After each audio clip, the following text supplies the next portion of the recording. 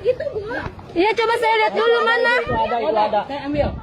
Iya, kenapa ibu nggak jujur? Ya udah sini. Nggak mau lah, bayar dulu lah. Dan saya memohon maaf kepada Ibu Mariana karena atas video yang tersebar kemarin.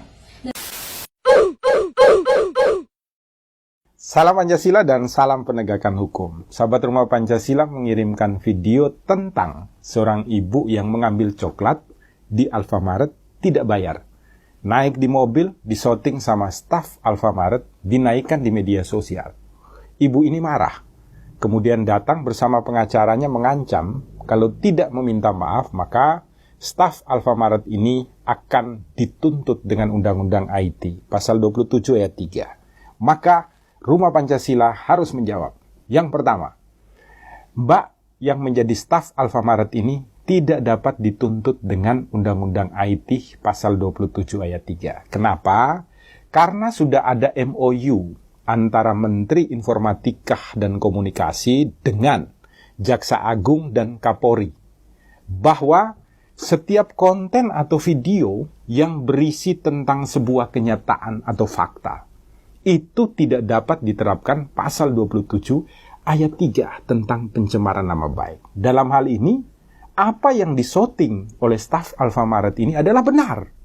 Ibu ini mengambil coklat dan tidak membayar, sudah naik di mobil. Maka Mbak yang mengangkat ini atau siapapun yang mengedarkan video ini tidak dapat dituntut pencemaran nama baik. Poin yang kedua, apakah ibu ini bisa dituntut oleh staf Alfamaret tersebut? Bisa. Poin pertama adalah tentang pencurian. Tidak perlu ada laporan lagi dari siapapun, ini harusnya langsung ditindaklanjuti oleh Kepolisian Negara Republik Indonesia. Kenapa demikian? Karena di dalam tata cara proses penyidikan tindak pidana, Perkap nomor 6 diatur, laporan polisi itu yang model A itu bisa dari polisi. Jadi ada anggota polisi yang melihat rekaman ini, langsung membuat pengaduan, kemudian diproses secara hukum, ini bisa berjalan. Tidak perlu dari Alfamaretnya. Karena ini adalah tindak pidana yang dilakukan di dalam ruang publik, mencoreng kenistaan untuk ruang publik. Pencurian ini harus segera diusut, dan ibu ini harus ditahan.